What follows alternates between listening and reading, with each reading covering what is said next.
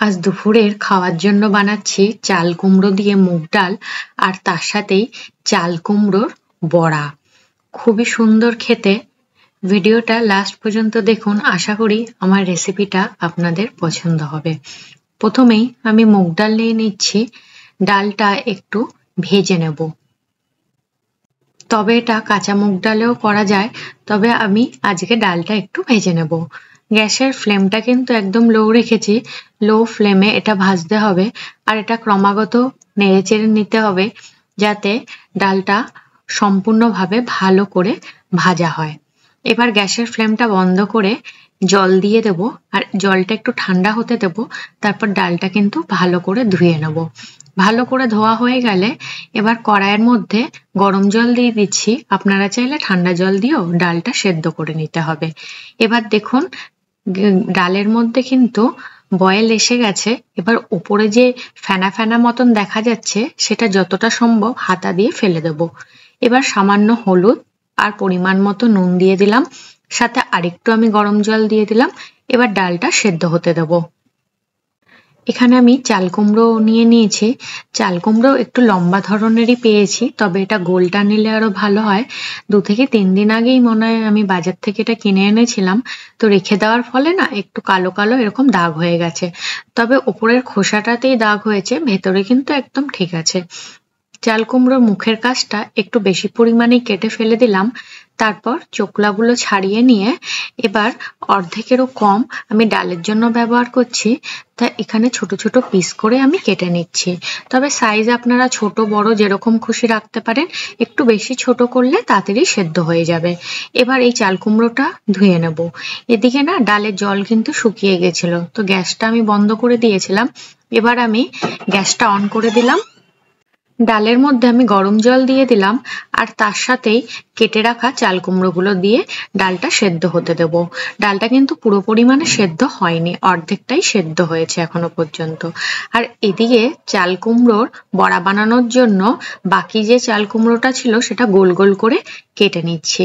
এবার কাটিংটা খুব ভালো করে দেখবেন, এটা আমি অর্ধেক করে নিলাম।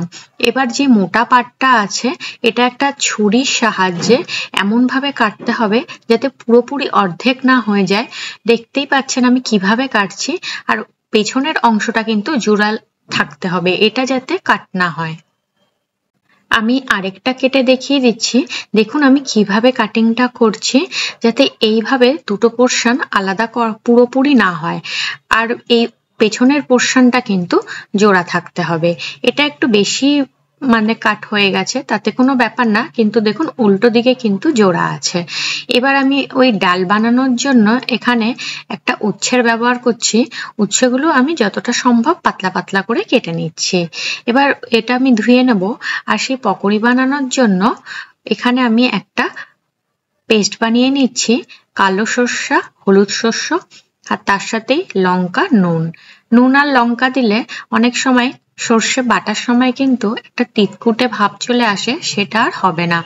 সর্ষেটা কিন্তু খুব জল কম ব্যবহার করে আমি বেটে নিচ্ছি, কেননা এটা একটু পেস্টটা কিন্তু একটু টাইট হতে হবে। বেশি জল ব্যবহার করলে তাহলে পরে আমি এটা ভরতে পারবো না চাল কুমড়োর মধ্যে। এবার বড়া বানানোর জন্য যে পিসগুলো আমি কেটে রেখেছিলাম সেটা জলের মধ্যে এক এক করে দিয়ে দিচ্ছি, সেদ্ধ করে নেব। আর এখানে ওই ব্যাটার বানিয়ে নিচ্ছি। এখানে যতটা পরিমাণ আমি বেসন ইউজ করছি ততটাই পরিমাণ আমি চালের গুঁড়ো দিয়ে দেব। চালের গুঁড়ো দিয়ে দেওয়ার ফলে একটু মচমচে হবে। আর একটু দিচ্ছি হলুদ, নুন আর এখানে কালো জিরে দিচ্ছি। এবার অল্প অল্প জল দিয়ে ব্যাটারটা তৈরি করে নেব। খুব বেশি কিন্তু পাতলা করা যাবে না, যতটা সম্ভব গাঢ় রাখাই ভালো, কেননা চাল কুমড়ো থেকেই অনেকটা জল ছাড়ে, তো পরে কিন্তু ব্যাটারটা পাতলা হয়ে যাবে। তাই ব্যাটারটা একটু গাঢ় রাখতে হবে। দেখুন খুব ভালো করে মিশিয়ে নিয়েছি। আর ব্যাটারটা কতটা পরিমাণ গাঢ়, এবার এটা সাইডে রেখে দেব। আর এদিকে ডালে যে চাল কুমড়োগুলো দিয়েছি দেখুন একদম সেদ্ধ হয়ে গেছে। এবার গ্যাসের ফ্লেমটা অফ করে দেব।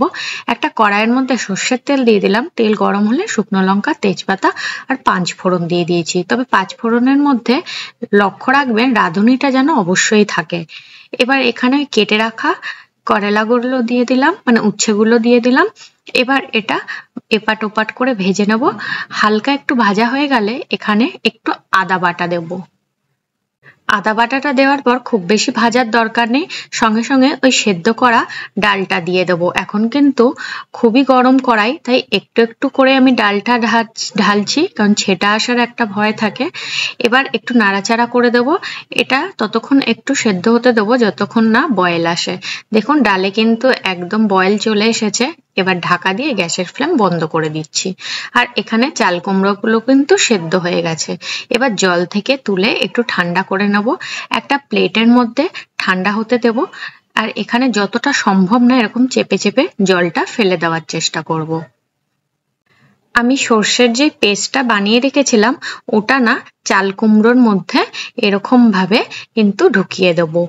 এখানে কিন্তু খুব বেশি যদি জল দিয়ে এটা বাটতে যান তাহলে কিন্তু একদম পাতলা হয়ে যাবে পেস্টটা, সেক্ষেত্রে কিন্তু স্টাফিংটা ভরা যাবে না।